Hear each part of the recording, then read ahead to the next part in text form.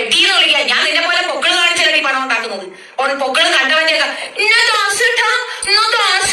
പറയുന്ന രേണുവിന്റെയും ദാസേട്ടനെയും കെട്ടിപ്പടുത്തൊക്കെ കണ്ടിട്ട് ഇവൾക്ക് അങ്ങ് മുട്ടി നിൽക്കുന്നു.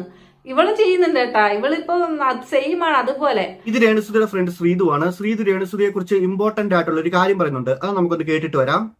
പിന്നെ രേണുവിന്റെ കാര്യം പറയുകയാണെങ്കിൽ സത്യത്തിൽ ഞാൻ ഇന്നലത്തെ ആ ഒരു വീഡിയോ ഇട്ടതുകൊണ്ട് ഒത്തിരി പേര് എന്നെ വിമർശിച്ചുകൊണ്ടും ഒത്തിരി പേര് സപ്പോർട്ട് ചെയ്തുകൊണ്ടും എനിക്ക് ഫേസ്ബുക്ക് കോളായാലും അതുപോലെ വാട്സപ്പിലായാലും കുറെ പേര് വോയിസ് റെക്കോർഡായാലും എനിക്ക് ഇങ്ങനെ ഷെയർ ചെയ്ത് കിട്ടാനായിട്ട് ഇടയിൽ തരണം. ഞാനൊരു കാര്യം പറഞ്ഞു, ഞാൻ ഇതിന് മുന്നേ രേണുവിനെ സപ്പോർട്ട് ചെയ്യുന്ന ഓരോ വീഡിയോയിലും പറഞ്ഞിട്ടുണ്ട്. എനിക്ക് എന്താണ് രേണുവിൽ നെഗറ്റീവ് എന്ന് തോന്നുന്ന കാര്യങ്ങൾ ഞാനത് പബ്ലിക്കായിട്ട് പറയുക തന്നെ ചെയ്യും. ഞാൻ ഒരാളെ സപ്പോർട്ട് ചെയ്യുന്നതെന്ന് പറഞ്ഞിട്ട് അവരുടെ നെഗറ്റീവായിട്ട് കാര്യങ്ങൾ അല്ലെങ്കിൽ പ്രതികരിക്കേണ്ടത് നമ്മൾ പ്രതികരിക്കാതെ വാഴടിച്ച് മിണ്ടാതിരിക്കുന്ന ഒരു കൂട്ടത്തിലുള്ള വ്യക്തിയല്ല ഞാൻ. എനിക്ക് എന്റേതായ നിലപാടും എനിക്ക് എന്റേതായിട്ടുള്ള സ്റ്റാൻഡും ഉണ്ട് എന്ന് പറഞ്ഞ് രേണുവിനെ ഞാൻ എഴുതി തള്ളി. ഇനി ഞാൻ പുള്ളി രേണുവിന് മാത്രം നെഗറ്റീവ് വീഡിയോസ് മാത്രമേ ഉള്ളൂ എന്ന് പറഞ്ഞ സാധനമില്ല. രേണു നല്ല കാര്യങ്ങൾ ചെയ്ത് ഞാൻ ഇനിയും രേണുവിനെ സപ്പോർട്ട് ചെയ്യും. ഇപ്പൊ രേണു എന്റെ ഫ്രണ്ട് ആയിക്കോട്ടെ, എന്റെ ഫ്രണ്ട് ആയാലും തെറ്റ് ചെയ്താൽ അത് തെറ്റെന്ന് പറയുന്നത് തന്നെയാണ് നല്ലൊരു ഫ്രണ്ട് എന്ന് വിശ്വസിക്കുന്ന ഒരാളാണ് ഞാൻ. അപ്പൊ എനിക്കിപ്പോ പ്രതികരിക്കണമെന്ന് തോന്നി. രേണുവിന്റെ ഇങ്ങനത്തെ പോലുള്ള പോക്ക് അത് എത്രത്തോളം ശരിയാണ്, നാളെ ഒരു സമയത്ത് രേണുവിന്റെ ഭാവി എന്താകും എന്നുള്ള കാര്യങ്ങളിൽ എനിക്കത് ചില ഡൗട്ട് കാര്യങ്ങൾ വന്നതുകൊണ്ട് തന്നെയാണ് ഞാൻ പബ്ലിക്കലി ഈ ഒരു വീഡിയോസ് ഇട്ടത്. സത്യം പറയുവാണെങ്കിൽ ഇതൊക്കെ തന്നെയല്ലേ ബാക്കി യൂട്യൂബേഴ്സും പറഞ്ഞത്. രേണുസുതി ഇതിലും മോശമായിട്ടുള്ള രീതിയിൽ കടന്നു പോയിട്ടുണ്ട്. അന്നൊക്കെ രേണുസുതിയെ നിങ്ങൾ സപ്പോർട്ട് ചെയ്തു. രേണുസുതി ബിഷപ്പിനെ വിമർശിക്കുന്ന വീഡിയോയിലൊക്കെ ശ്രീതു ഉണ്ടായിരുന്നു. പക്ഷെ ശ്രീതു ആരെക്കുറിച്ചും മോശമായിട്ട് പറഞ്ഞ ഞാൻ കണ്ടില്ല. ഒരു ഭർത്താവ് മരിച്ച സ്ത്രീ, അവരെ സോഷ്യൽ മീഡിയയിൽ എല്ലാവരും കുറ്റപ്പെടുത്തുന്നു, മോശമായിട്ട് സംസാരിക്കുന്നു. അതുകൊണ്ടായിരിക്കും നിങ്ങൾ അവരെ സപ്പോർട്ട് ചെയ്തത്. അവർ ചെയ്യുന്ന തെറ്റുകളിൽ നിന്ന് അവരെ മാറ്റിയെടുക്കാൻ നിങ്ങൾ ഓർത്ത് കാണും. പക്ഷെ നിങ്ങൾക്ക് അത് പറ്റിയില്ല. നാളെ ഒരു സമയത്ത് നമുക്ക് ഒരിക്കലും തോന്നാൻ പാടില്ല രേണു ഇത്രയൊക്കെ ചെയ്തിട്ടും നമ്മൾ സപ്പോർട്ട് ചെയ്തില്ലേ, നമ്മളൊന്ന് പറഞ്ഞിരുന്നെങ്കിൽ ചിലപ്പോൾ മേ ബി ആ കുട്ടി മാറുമായിരുന്നു എന്ന് നമുക്ക് ആ ഒരു ചിന്ത വരാനായിട്ട് പാടില്ല. സത്യം പറയുവാണെങ്കിൽ നമ്മളിപ്പോ ഒരു തെറ്റ് കണ്ടിട്ടുണ്ടെങ്കിൽ നമ്മുടെ ഫ്രണ്ടിനോട് നേരിട്ട് പറഞ്ഞു കൊടുക്കുക. എന്നിട്ട് അവരത് കേട്ടിട്ടില്ലെങ്കിൽ വീഡിയോ എടുക്കുക. അതിനൊന്നും കുഴപ്പമില്ല. കാരണം സോഷ്യൽ മീഡിയയിൽ കൊണ്ടിടുന്ന കാര്യമാണ്. ഫ്രണ്ട്സ് എന്നൊക്കെ പറയുവാണെങ്കിൽ വാല്യൂ ആയിട്ടുള്ള ഒരു സംഭവമാണ്.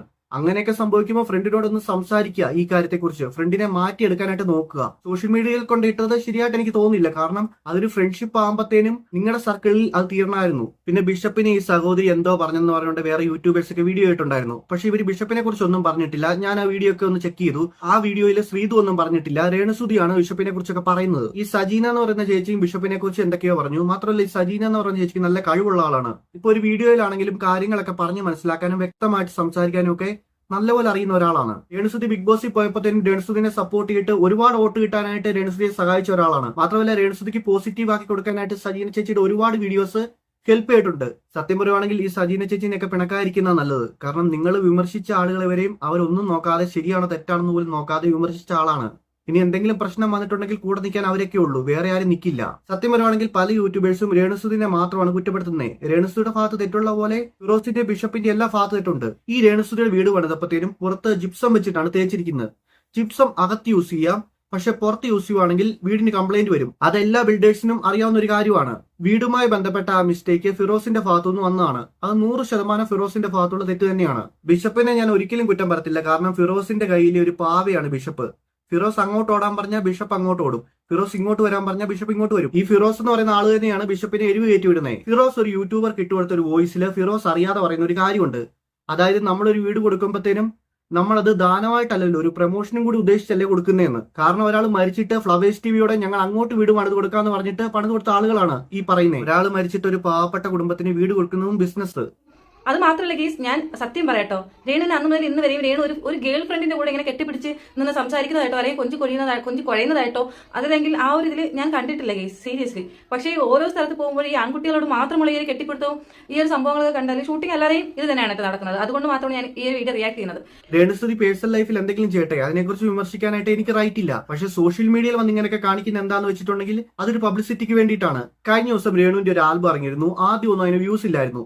കുറെ റിയാക്ഷൻ ചാനലുകാർ അതെടുത്ത് റിയാക്ട് ചെയ്തു. അതിനുശേഷമാണ് വ്യൂസ് കിട്ടിയത്. അതായത് നെഗറ്റീവ് പബ്ലിസിറ്റിയിലൂടെയാണ് അതിന് വ്യൂസ് കിട്ടിയത്. രേണു ചെയ്യുന്ന വീഡിയോയുടെ വ്യൂസിന്റെ കാരണം ഒന്നെങ്കിൽ സിമ്പതി അല്ലെങ്കിൽ രേണു എന്ത് കോമാളിത്തരമാണ് കാണിക്കുന്നതെന്ന് കാണാനായിട്ട് ആളുകൾ വന്ന് കാണുന്നു, അത്രേ ഉള്ളൂ. അത് മനസ്സിലാക്കണം. അങ്ങനെ കണ്ടിട്ട് കാര്യമില്ല. കാരണം നമ്മൾ ഇനിയും കോമാളിത്തരം കാണിച്ചുകൊണ്ടിരിക്കേണ്ടി വരും. അതായത് ഇനിയും ചെയ്യുന്ന ഷോർട്ട് ഫിലിമും ആൽബം ഒക്കെ ആളുകൾ കാണാനായിട്ട്.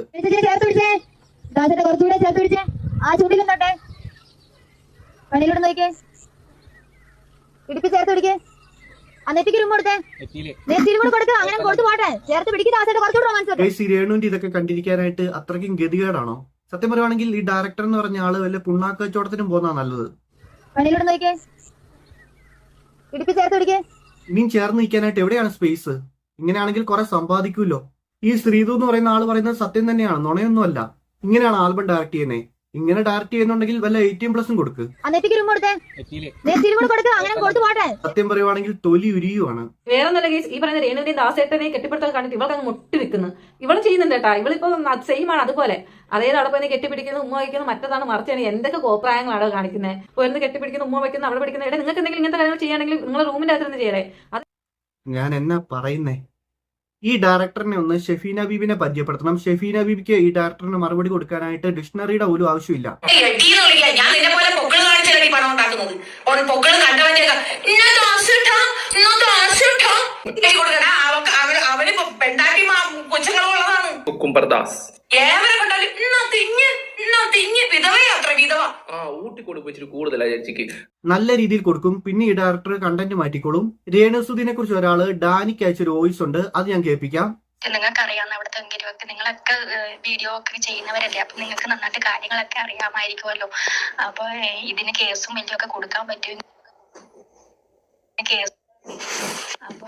ഇതിന് കേസും വലിയൊക്കെ കൊടുക്കാൻ പറ്റുമെങ്കിൽ ഒന്ന് കൊടുത്ത് ഈ ഒരു ശല്യം നമുക്കൊന്ന് നിർത്തി തരാൻ പറ്റുമെങ്കിൽ അത്രയും നന്നായിരുന്നു. അത് നമുക്കൊരു സാമൂഹിക ഒരു വിപത്തായിട്ടാണ് ഇപ്പൊ ഇത് വരുന്നത്. എന്താണ് രാവിലെ എഴുന്നേൽക്കുമ്പോ കാണുന്ന മൊത്തം ഇതാന്നേ. ഇപ്പൊ ഒരു ന്യൂസ് കാണാൻ പോലും പറ്റത്തില്ല. നേരത്തേക്കാണെങ്കിൽ നമ്മള് ഇൻസ്റ്റയൊക്കെ തുറക്കുമ്പോഴത്തേക്ക് നല്ല നല്ല ന്യൂസും കാര്യങ്ങളൊക്കെ വന്നിരുന്നേ. ഇപ്പൊ അതല്ല അവസ്ഥ. ഇപ്പൊ ആണെങ്കിൽ എന്താണ്, രേണുസുതി ദാസേട്ടൻ എന്നൊക്കെ പറഞ്ഞിട്ട് വേറെ 2 പയ്യന്മാരൊക്കെ ആയിട്ട് കള്ളു കുടിക്കുന്നു. അയ്യേ, എന്താ ഇത്? കള്ളു കുടിക്കുന്നൊക്കെയാണോ പിള്ളേർക്ക് ഒരു പ്രചോദനമായിട്ട് കൊടുക്കേണ്ടത്? വളരെ മോശമല്ലേ രേണുവൊക്കെ കാണിക്കുന്നത്. മുമ്പേ ആ സുധി എന്ന് പറഞ്ഞ ആ പുള്ളിയെ ഒരു ബഹുമാനമൊക്കെ ഉണ്ടായിരുന്നേ. വളരെ ഇഷ്ടമൊക്കെ ആയിരുന്നു. കോമഡിയും പരിപാടിയൊക്കെ ചെയ്ത് നടക്കുമ്പോ ഒക്കെ നമുക്ക് ചാനലിലൊക്കെ കാണുമ്പോഴത്തേക്ക് പുള്ളിയെ ഭയങ്കര ഇഷ്ടമൊക്കെ ആയിരുന്നു. പക്ഷേ അവരുടെ വൈഫ് വന്നിട്ട് ഇങ്ങനെയൊക്കെ കാണിക്കാൻ തുടങ്ങിയ പിന്നെ നമുക്ക് ആ പുള്ളിയോടുള്ള ഒരു മതിപ്പും കൂടെ ഇപ്പൊ ഇല്ലാണ്ടായിട്ടുണ്ട്. ഇവളിങ്ങനെ കാണിക്കുന്ന കാരണം പുള്ളിയുടെയും കൂടെ ഒരു മരിച്ച് തലയ്ക്ക് മുകളിൽ നിൽക്കുന്ന വ്യക്തിയാണ്. പക്ഷെ എന്നാലും എന്താണ്, അവരുടെ വൈഫ് ഇങ്ങനെയൊക്കെയല്ലേ കാണിക്കുന്നത്. ഭയങ്കര ശല്യം എന്ന് വെച്ചാൽ ഇതൊരു പൊതു ശല്യമായിട്ടാ വരുന്നത്. ഇത് തന്നെയൊക്കെ ഇനി എവിടെ പോയി നിൽക്കുമല്ലോ. ഇനിയിപ്പൊ ഇങ്ങനെയൊക്കെ തുടങ്ങിയെങ്കിൽ സോഷ്യൽ മീഡിയ എന്ന് പറയുന്നത് അപ്പൊ എന്ത് ചെയ്യാനാണ്? ഇങ്ങനെയൊക്കെയാണ് കാര്യങ്ങൾ നടക്കുന്നത്. അപ്പോൾ എന്തെല്ലാമാണ് കാട്ടിക്കൂട്ടുന്നത്. കഴിഞ്ഞ ദിവസമാണെങ്കിൽ 3 പേര് ആ പെണ്ണിനെ ഇട്ട് അങ്ങോട്ടും ഇങ്ങോട്ടും ഇട്ട് അമ്മാനം ആടി കളിച്ചത്. ഇതൊക്കെ നമ്മുടെ കൊച്ചു പിള്ളേരല്ലേ കണ്ടോണ്ടിരിക്കുന്നത്. വഴിതെറ്റി വരുവല്ലേ. അതുപോലെ തന്നെ ഇതൊക്കെ കണ്ടിട്ട് ഇനി വേറെ കുറെ അവൾമാര് മൂത്തിരിക്കുന്നവൾമാർ ഇതുപോലെ ഇറങ്ങിയിട്ടുണ്ടെങ്കിൽ നാളെ സോഷ്യൽ മീഡിയയുടെ അവസ്ഥ എന്താണ്? നിങ്ങൾ പ്രതികരിക്കണം. നിങ്ങളാണ് കറക്റ്റ് രീതിയിൽ പ്രതികരിക്കുന്നത്. ഞങ്ങളുടെ എല്ലാവിധ സപ്പോർട്ടുകളും നിങ്ങൾക്ക് ഉണ്ട്. അതിൽ യാതൊരു സംശയവും ഇല്ല. രേണുവിന്റെ ഈ ഒരു പരിപാടികൾ നിർത്തണം. ഇത് ആൽബം എന്ന് പറഞ്ഞിട്ട് എന്താണ് അവള് തോന്നിവാസം കാട്ടിക്കൂട്ടുന്നത്? ഇത് ആൽബം ഒന്നുമില്ല. പക്ഷേ നമുക്ക് കുടുംബത്തോടെ ഇരുന്ന് കാണാൻ പറ്റുമോ? ഒരിക്കലും ഇല്ല. പിള്ളേർ ഇതൊക്കെ തന്നെയല്ലേ കണ്ട് വളർന്നു വരുന്നത്. അപ്പൊ അവരുടെ മനസ്സിലൊക്കെ എന്താണ് ഈ കാണിച്ചു കൂട്ടുന്നത്? സത്യം പറയുവാണെങ്കിൽ എല്ലാവരുടെയും അഭിപ്രായം ഇതൊക്കെ തന്നെയാണ്. ഇപ്പൊ രേണുസുയുടെ ഫ്രണ്ട്സ് ഒക്കെ വന്ന് പറയുന്ന കാര്യങ്ങളൊക്കെ സത്യം തന്നെയാണ്. അതൊക്കെ ഉൾക്കൊണ്ടിട്ട് നല്ല രീതിയിൽ മുന്നോട്ട് പോവുകയാണെങ്കിൽ രേണുസുതിക്ക് നല്ലൊരു ഭാവി ഉണ്ടാവും. എനിക്ക് ഇത്രയൊക്കെ ഉള്ളൂ പറയാൻ. വീഡിയോ ഇഷ്ടപ്പെട്ടെങ്കിൽ ലൈക്ക് ചെയ്യുക, സബ്സ്ക്രൈബ് ചെയ്യുക.